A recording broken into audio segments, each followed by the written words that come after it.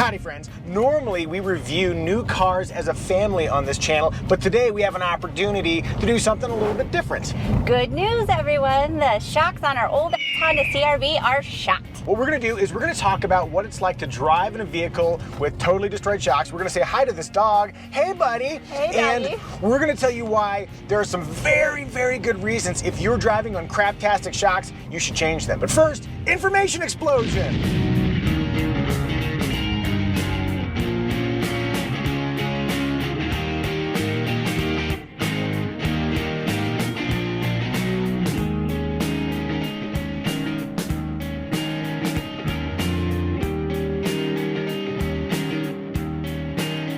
As you may have noted in the information explosion, we drive a 2008 Honda CR-V in addition to our 2021 Ford Bronco. This CR-V is riding on the original shocks that came with it from the factory, which means they're very, very old.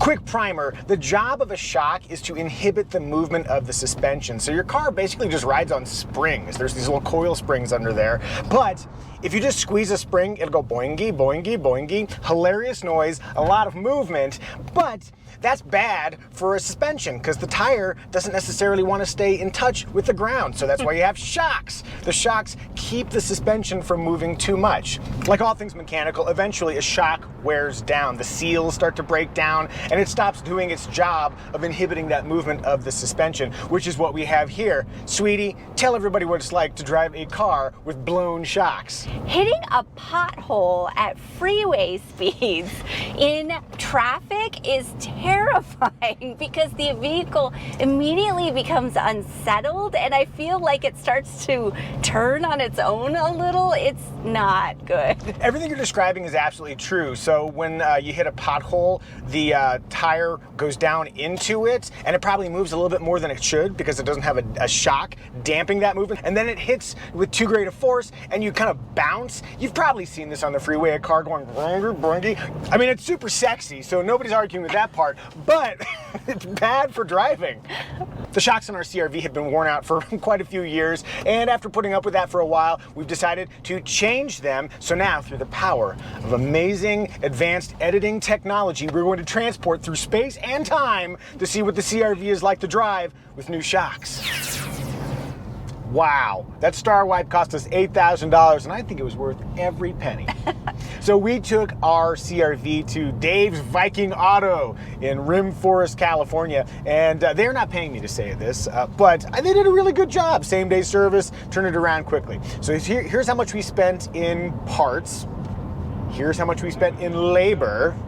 And we had to spend an extra $100 to get the thing aligned because obviously when you're taking suspension parts apart, then when you put them together, got to get them aligned. That is a lot more than you felt like spending on this old car, I'm sure. Yes, but if you spend it only once every 14 years, not so bad. Not so bad. And it's way cheaper than us buying a new vehicle. By the way, I should mention too that when we said shocks in the video title, these are actually struts. The difference between shocks and struts, they perform a similar damping function, but the strut actually holds the spring in place. It's more of a structural component in the suspension, whereas the shock simply inhibits the motion of the suspension, in case you were wondering. I was wondering. So was I. Real quick, I want to get Evie's impression driving the CR-V because she drove this thing for years with worn out shocks. Sweetie, get in the driver's seat. Sweetie's at the wheel. Any first reactions to driving the CR-V now that it has new shocks? Struts. Dampers? Dampers. There is so much less movement. It's unbelievable. I feel like over long distances, this will be so much more comfortable, so much smoother. So much smoother, so much more stable. Go ahead and take a right, and we've got some corners over here. You know what, I'd love to show just a little bit of a comparison. Like if you watch this thing driving over some dirt, just like a bump, and you see the kind of like lingering body movements beforehand versus after, it's like a world of difference. Wow, okay, now this feels like money well spent. Yeah? Yes. Are you noticing any differences? Whoa! If you drive a Nissan Versa, I can't stress this enough, drive in your own way. Why are you like... Because there was a car in our lane, and I don't know that. why. Yeah. Back on task. Sweetie, any observations driving it around the corners here? It feels so much more planted than it did before. I feel more confident approaching at speed. You know what I find interesting is bumps mid-corner. Because as you're going around the corner, like these little bumps right here, where previously it would kind of like bounce the car and then it kind of might move you off of your course. It just doesn't do that anymore, does it? It's so much improved. Hey, maybe we didn't need to buy that Bronco after all. Ha! Silly us. All right. Kidding. Sweetie's having a pretty good time behind the wheel of the CR-V. I'm getting back in the driver's seat. There's Effie's impression, but let's get to the point of this video. 5 big reasons why you should change your shocks or struts. Number 1, comfort. Bouncy cars are not comfortable at all. Am I right, sweetie? You're right. What do you mean bouncy cars? Well, when we go over a bump, if we keep bouncing up and down, moving up and down after that bump, that gets uncomfortable after a while. It's just not fun. If you're a 6-year-old girl, worn struts might be fun. If you're anybody else, maybe not so much. Like a baby or a grown-up. Are you a baby or a grown-up? Well, then you should change your struts. Reason number 2, vomit. We have noticed that our kid is pretty sensitive to motion sickness. There are a few contributors to that, one of which is the movement of the body. Have you noticed this? Yes. Sometimes when I'm in the car for a super long time, sometimes I throw up. That's true, she throws up. And so controlling those body movements with proper shocks and struts helps inhibit her likelihood of vomiting. Hooray! Reason number 3, safety. You might have seen this. Sometimes you'll see a car driving down the freeway with both worn out struts and an unbalanced tire. And it's like, it's literally leaving the ground. But that also happens in very small ways too.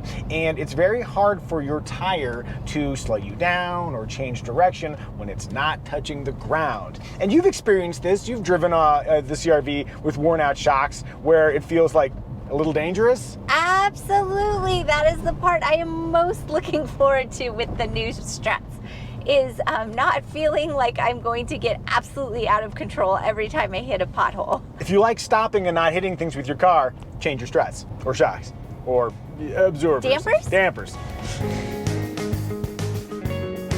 Performance. The CR-V is not a sports car, but driving around our little mountain community, it's constant turning left and right, and there's a huge difference driving this before the shocks were installed and after. The tires stay in contact with the road.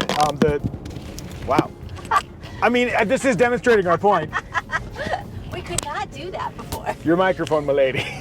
Yeah, the predictability of the vehicle around corners, body roll, that's the other thing too, is as you start to turn, the weight goes this direction, and without the shocks to inhibit that movement, you get bigger body movements, and they're just uncontrolled. This feels so much more planted, so much more predictable, and dare I say it, something approaching fun for a CR-V. And lastly, resale value. So if you go to check out a used car, you drive it, and the thing bounces or feels dangerous, that is an immediate red flag. You are not gonna buy that car. Worn shocks are something you cannot hide. It's not like an engine problem where you can just sort of slightly hand that off to the... I'm not saying we would do that, but people might do that, things you can't see. But shocks, you cannot hide worn shocks when somebody goes for a test drive. So if you want to sell your vehicle or even trade it in, you'll want to change those shocks, struts, and or dampers. So this video was a little bit of a departure for us. We don't really talk about like fix-it kind of stuff, but I don't know. Did you guys enjoy watching this video? If you did, or if you didn't, tell us in the comments section. If you're curious what we're doing between YouTube videos, give us a follow over on Instagram. And if you'd like to see more of our normal kinds of videos, which typically involve reviewing new cars, occasional helicopter adventures, and maybe some Bronco updates because we own a Bronco, feel free to subscribe. Family, I think we've done a good job making our CR-V safer and more fun and more pleasant to drive. May I have a 5 and a 5? And you, come get your high five. Ah! Did I do it? It was a very good high five. This is how good I can do it. Ah!